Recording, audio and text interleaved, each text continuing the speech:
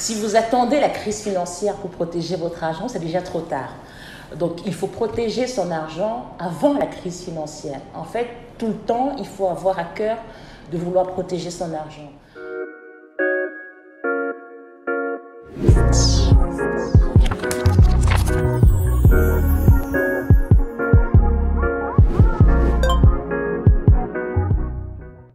Vous pouvez vous dire, ah ben j'ai de l'argent en banque, donc mon argent est protégé. En êtes-vous si sûr? Qu'est-ce qui se passe si votre argent, pendant la crise des subprimes, était dans une banque comme Lehman Brothers qui a fait faillite et qui a fermé?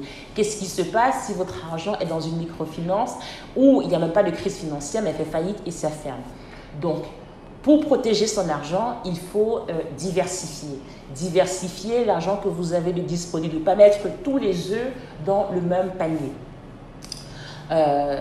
Vous pouvez avoir un tout petit peu d'épargne en banque. Vous pouvez aussi commencer à investir un tout petit peu, que ce soit dans l'immobilier, acheter un petit terrain, lancer un petit business qui vous rapporte des revenus réguliers, mais aussi investir dans les cryptos. Et pourquoi moi j'aime beaucoup la solution crypto? C'est parce que c'est finalement une qui vous permet aussi de garder le contrôle et la pleine propriété de vos actifs. Et dans les cryptos, vous avez deux pistes.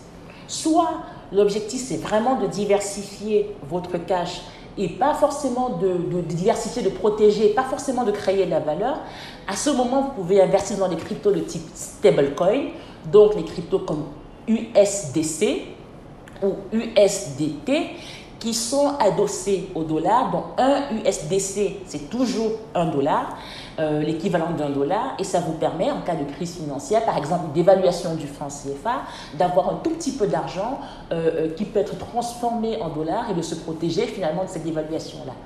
La deuxième piste dans les cryptos, c'est d'investir dans les cryptos traditionnels qu'on connaît, qui sont un peu plus volatiles, mais qui vous permet ensemble aussi de protéger, parce que sur le long terme, ça a beau être volatile, ça prend de la valeur. Le Bitcoin, il y a 10 ans, valait 1 centime. Aujourd'hui, nous sommes en fin juillet 2021, ça vaut à peu près 40 000 $. Donc, vous voyez, la trajectoire, elle est haussière, même si entre les 1 centime et les 40 000 $, il y a eu plusieurs fois où la valeur a chuté de 80%, ça a repris de 100%, ça a rechuté de 50%, mais ce n'est pas très grave, parce que quand on parle de protection, on parle de long terme, on parle de diversification finalement de son risque. Et vu que tous nos œufs sont pas dans le même panier, ça a du sens. Sur la partie crypto, le plus important, ce n'est pas de se dire « Ah oui, Nelly m'a dit de mettre en stablecoin ou en bitcoin ou d'autres cryptos, donc je vais confier à quelqu'un qui va le faire pour moi. » Non, non, non, non, non, non, non, non, non. Allez dans le lien et téléchargez le portefeuille Ijara, qui est un portefeuille décentralisé. Et à ce moment-là, commencez à acheter des cryptos et ce coffre-fort numérique que vous créez grâce à ce portefeuille Ijara.